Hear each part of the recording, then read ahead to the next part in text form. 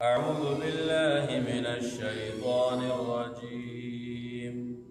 بسم الله الرحمن الرحيم. كذلك حقت كلمة ربك على الذين فسقوا أنهم لا يؤمنون. سورة يونس 33 نمبر آیت مخی آیتونو کی اللہ پاک دو قدرت د باری تعالی متعلق ہوئی چې تو پیغمبر علیہ السلام ته و فرمایا چې د دې مشرکان او کافرانو نه تاسو کا چې رزق در رسول درکړي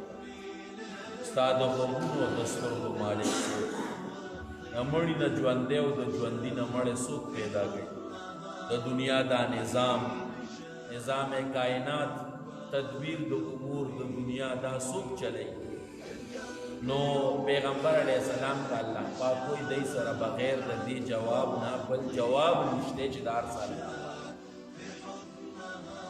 چکلا دلائل باند ثابت اشوا دا عقل او دا نقل نہ ثابت اشوا چی حقیقی رب او معبود برحق یو اللہ پاک ذات تے وحدہ لا شریک تے بیاولی تاسو دا ایمان نبل طرف تاڑی ولی دا کلمی دا توحید نتاسو بل طرف تاڑی ولی دا خدای دا دی عبادت نبل طرف تاسو دا پرونی سبق کی دا مضمون نننی سبق کی اللہ پاک کوئی چی سنگ دا دی دمرا دلائلو واضحنا بعد دی دا ایمان پریخو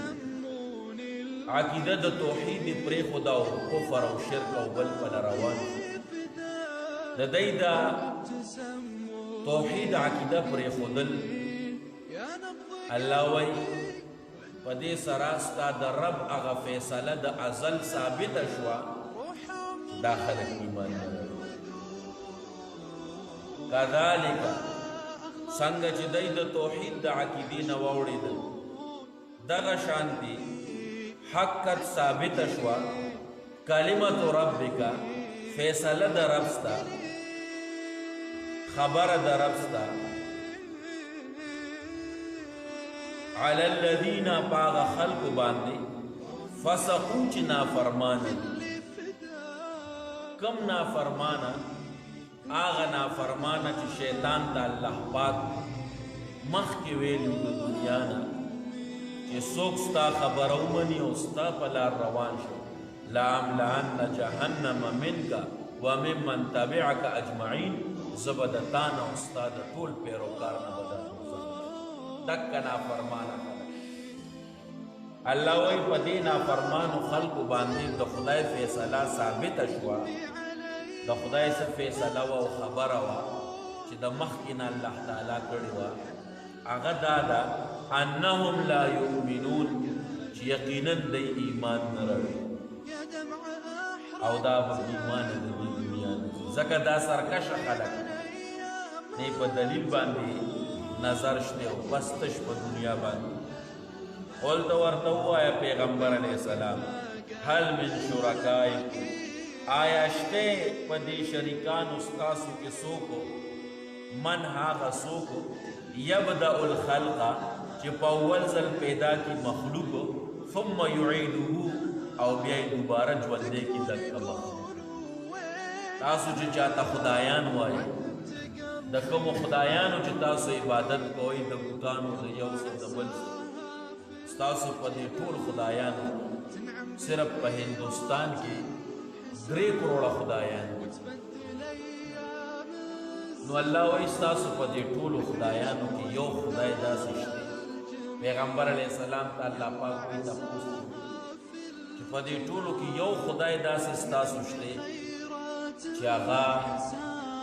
مخلوق پیدا کی پا اول ذل مانا دا چی بغیر دسا میٹیریل نا بغیر دسا نقشینا سنگ چی دا انسان مخ کی نسا میٹیریل و نسا نقشوا اللہ تعالیٰ بڑھوی ذل پیدا دکا شانستاسو دے خدایانو کی دا سی سو خدایش دے چی پا اول ذل باندے مخلوق پیدا کی بیا مړ شي او دک مخلوق د مرګ نه وروسته دوباره بیا ژوندی کي داسې څوک شته یو عام طور عقیده زموږ د بعث بعد الموت ده چې موږ ټول الله پاک پیدا کړي په یو ډېر عجیبه شان باندې تاسو انسان دنیا ته د دې راتلو دا طریقه وګورئ د انسان عقل ورته حیران شي چې په کومه طریقه دا انسان دنیا ته راځي او بیا به مړیږو د مرګ نه وروسته به خاري ریشو بیا به الله تعالی د قیامت پر ورځ موږ دوباره ژوندي کوي دا څنګه چې یودن په شان یو خدا دی دوی مفسرین وایي دې دنیا کې مخلوقات داسې دي چې الله تعالی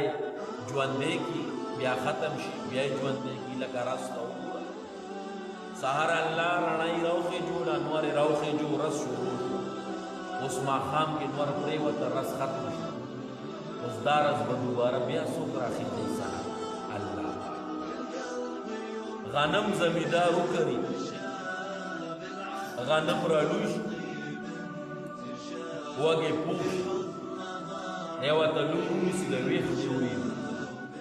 پټۍ واپس هغه شانتې شاړ پرېږدي چې څنګه مخکې دا د دې غنمو ژوند به ختم شي بیا دکه غنم زمیندار واپس د تخم په شکل کې وکړي الله وایي زه بیا زر یول مې دله مخلوق پیدا کړه د غنمو په شکل بیا مړ شو چې تا ورېږو بیا دې د هغې نه تخم ایثار کو دې وکړو بیا مې دله هم زر داسې کم یو ذات دی ستاسو په دې خدایانو کې کم یو خدای دی چې هغه دا دومره لوی قدرت لري لږ تپوس وکړه د دی نه الله وایي دی سره بغیر د دې خبرې نه بل جواب نشته چې دی به ټول وایي که ابوجهل هم دی چې دا یو الله وحده لا شریک له